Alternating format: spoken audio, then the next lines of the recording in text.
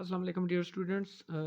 मेरे पास आप देख सकते हैं केमिस्ट्री नाइन्थ की बुक है और आज जिस चैप्टर को मैं आप लोगों के साथ डिस्कस करने जा रहा हूँ वो है जी आप लोगों की इस बुक का आखिरी chapter, that is chemical reactivity.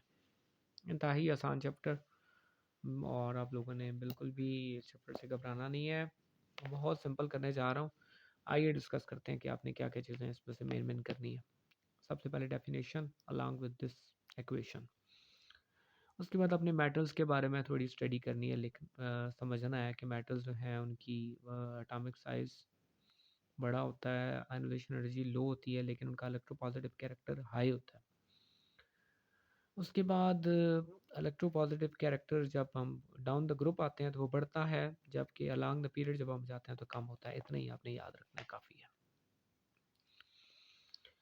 उसके बाद हमारे पास लिखा हुआ है जी कि मेटल्स के जो ऑक्साइड्स होते हैं वो बेसिक होते हैं, क्योंकि मेटल्स जो वाटर में जब डिज़ोल्व होती हैं तो बेस देती हैं। नॉन मेटल की जो ऑक्साइड है वो एसिडिक है, क्योंकि वाटर जब एस जो नॉन मेटल जब वाटर के साथ रिएक्ट करती है तो वो एक एसिड देती है।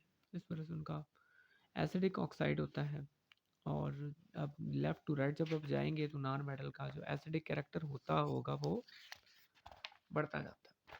ये टेबल आपने करना है, दिस टेबल इज़ इम्पोर्टेंट। और ये आपने आखिरी वाला एक पैराग्राफ मैंने मार्क किया हुआ है।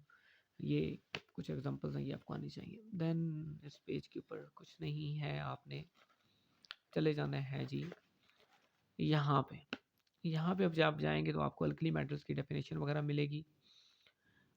NS1 इलेक्ट्रॉनिक कन्फिगरेशन होती है, अल्कलाइन अर्थ मेटल की डेफिनेशन NS2 की इनकी इलेक्ट्रॉनिक कन्फिगरेशन होती है। देन आपके पास यही चीज़ अगेन रिपीट हुई है, अल्कली मेटल्स आयनाइजेशन एनर्जी इनकी लो होती है, इलेक्ट्रोपॉजिटिव कैरेक्टर हाई है। अल्कलाइन अर्थ मेटल्स के बारे में लिखा हुआ है जी, एक दो लाइनें मैंने मार्क की हुई हैं, अब जल्दी से देख के ये मार्क कर लें।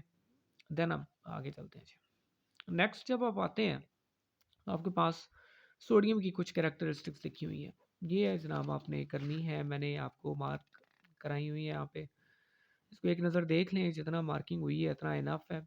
और ये एक MCQ आपसे पूछा जा सकता है कि सोडियम जो है वो कलर उसका क्या होता है, सिल्वरी वाइट है, तो कलर इसका आप लोगों ने लाजमी याद रख लेना है। नेक्स्ट पेज पे मूव करते हैं। नेक्स्ट पेज पे आप लोगों ने जस्ट वो टॉप एक इक्वेशन दी हुई है, वो इक्वेशन आपको आनी चाहिए। सोडियम की ऑक्सीजन के साथ रिएक्शन होता है तो क्या बनता है, इक्वेशन आनी चाहिए। और ये दोनों जो है वो बेसिक हैं, ये आप देख लें। ये वाला सोडियम के यूजेस हैं, ये पैराग्राफ इसके अंदर सोडियम के यूजेस बताए गए हैं, ये आपने मस्ट कर लेना है। मैग्नीशियम की इक्वेशन वाटर के साथ, मैग्नीशियम की ऑक्सीजन ऑक्सीजन के साथ इक्वेशन, कैल्शियम की वाटर के साथ इक्वेशन और कैल्शियम की ऑक्सीजन के साथ इक्वेशन, ये आपने याद करनी है। देन आपने मैग्नीशियम के यूजेस लिखे हुए हैं, कैल्शियम के यूजेस लिखे हुए हैं, आपने तीन तीन यूजेस यहाँ से ढूंढ के इनमें से कर लेने हैं। मैंने मार्क कराए हुए यहाँ से लेके यहाँ तक मैग्नीशियम, यहाँ से लेके यहाँ तक कैल्शियम। देन आपके पास आती है जी एक important definition, that is of inert metals या नोबल मेटल्स। ये जी यहाँ से लेके यहाँ तक डेफिनेशन, और ये एग्जांपल्स भी इसके अंदर आ जाएंगे। आप ये एग्जांपल्स आपने करनी है। देन हमारे पास सिल्वर के आपने तीन यूजेस यहाँ से ढूंढ के करने हैं, वैसे मैंने मार्क कराए हुए, आपने इनको देख लेना है। गोल्ड के तीन यूजेस ढूंढ के करने हैं यहाँ से। प्लैटिनम के तीन यूजेस को ऐसे यहाँ से ढूंढ के आप लोगों ने सर्च करके उसको करना है। देन आपके पास आता है जी नॉन मेटल्स। नॉन मेटल्स का अपनी डेफिनेशन करनी है, और ये देख लें यहाँ से लेके यहाँ तक। हाइड्रोजन भी नॉन मेटल के अंदर कंसिडर होता है, इसलिए आपने उसे नॉन मेटल में कंसिडर करना है। देन आपके पास आता है जी नॉन मेटल्स की कुछ कैरेक्टरिस्टिक्स, तो ये कुछ कैरेक्टरिस्टिक्स दी हुई है नॉन मेटल्स की, तो बिल्कुल भी आप लोगों ने टेंशन नहीं लेनी। ये आगे डेफिनेशन आती है जी मेटलॉइड्स की। मेटलॉइड्स की अपने ना सिर्फ डेफिनेशन बल्कि दो एग्जांपल्स भी याद करनी है, सिलिकॉन और जर्मेनियम। इलेक्ट्रोपॉजिटिव कैरेक्टर अपने पीछे पड़ा, इलेक्ट्रोनेगेटिव कैरेक्टर आ चुका है जी। इलेक्ट्रोनेगेटिव कैरेक्टर यहाँ से लेके यहाँ तक इक्वेशन समेत करना है। इलेक्ट्रोनेगेटिव कैरेक्टर का आपने ट्रेंड देख लेना है, इसकी ट्रेंड भी यहाँ पे इसी पैराग्राफ के अंदर मेंशन हुआ हुआ है। देन आपने नॉन मेटल के ऑक्साइड जो है एसिडिक होते हैं, again same thing is being repeated here. Then आपके पास आता है जी हैलोजेंस। हैलोजेंस की थोड़ी हिस्ट्री लिखी हुई है कि हैलो का मतलब क्या है, हैलोस का मतलब, जेन का मतलब क्या है, यहाँ से लेके आपने यहाँ तक करना है। देन आपने डिफरेंट नॉन आपके पास हैलोजेंस दिए हुए हैं, इनके आपने कलर्स जो हैं वो याद रखने हैं। उसके बाद हैलोजेंस जो हैं वो जब साल्ट बनाते हैं तो उनका हैलाइड्स बोलते हैं। हैलोजन ऑक्सीडाइजिंग एजेंट होते हैं। ऑक्सीडाइजिंग एजेंट, ये जो पावर ऑक्सीडाइजिंग एजेंट की वो ये वाली है, ये आपको सीरीज़ आनी चाहिए, फ्लोरीन, क्लोरीन, ब्रोमीन, आयोडीन।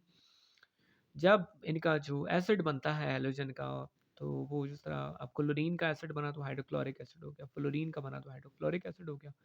अब इनकी ये स्ट्रेंथ वाइज अरेंज हुए हैं, अब ये इनकी स्ट्रेंथ वाइज किस तरह अरेंज हुए हैं, एच आई जो है वो सबसे स्ट्रांग एसिड होगा, एच एफ सबसे वीक एसिड होगा, यूँ आपने याद रखना है। ये आप देख लें, ये साइन उल्टे हुए हैं यहाँ पे, ये आपने इनको माइंड में रखना है। ये ना हो कि आप कहें कि एच एफ सबसे स्ट्रांग है, एच एफ सबसे वीक है, एच आई सबसे स्ट्रांग है, यहाँ पे फ्लोरीन सबसे स्ट्रांग है, आयोडीन सबसे वीक है। देन आपको ये क्वेश्चन और आखिरी सेल्फ असेसमेंट, आखिरी आपके पास आई थिंक सेल्फ असेसमेंट ही है। हाँ, आखिरी सेल्फ असेसमेंट थोड़ी मैं समझा भी देता हूँ। जब आप हैलोजेंस की आप उस ग्रुप में जाते हैं तो सबसे ऊपर आता है फ्लोरीन और सबसे नीचे आता है एस्टाटाइन, एस्टाटाइन से ऊपर आयोडीन आता है। आपने आयोडीन तक रहे, फ्लोरीन, क्लोरीन, ब्रोमीन, आयोडीन। हर ऊपर वाला एलिमेंट नीचे वाले को अपनी जगह से हटा सकता है, यानी ये क्लोरीन अब एफ को यहाँ से नहीं हटा सकता क्योंकि एफ उस सीरीज में ऊपर है, ये रिएक्शन पॉसिबल नहीं है। लेकिन ब्रोमीन चूंकि ऊपर है, आयोडीन नीचे है, तो ब्रोमीन आयोडीन को यहाँ से हटा देगा और ये वाली जो इक्वेशन लिखी हुई है, ये रिएक्शन अब पॉसिबल है। तो इससे आपने यही बताना है कि क्या रिएक्शन डिस्प्लेसमेंट रिएक्शन जो है वो पॉसिबल है या नहीं। ये जनाब आपकी केमिस्ट्री 9th की ख़त्म हो चुकी है। उम्मीद है ये आखिरी चैप्टर आपको बहुत आसान लगा होगा। कोई भी क्वेश्चन मुश्किल अगर है या कोई भी सेल्फ असेसमेंट किसी तरह का आप कोई भी क्वेश्चन अगर आप लोगों का है तो आप लोगों ने मुझसे लाजमी जो है वो कमेंट बॉक्स में लाजमी रब्ता करें और अपना चीज़ें डिस्कस करें। डिस्कशन से चीज़ें आपको मज़ीद क्लियर होंगी और बोर्ड में इंशाल्लाह आपके अच्छे से अच्छे नंबर आएंगे। वीडियो देखने के लिए बहुत शुक्रिया। अल्लाह हाफ़िज़।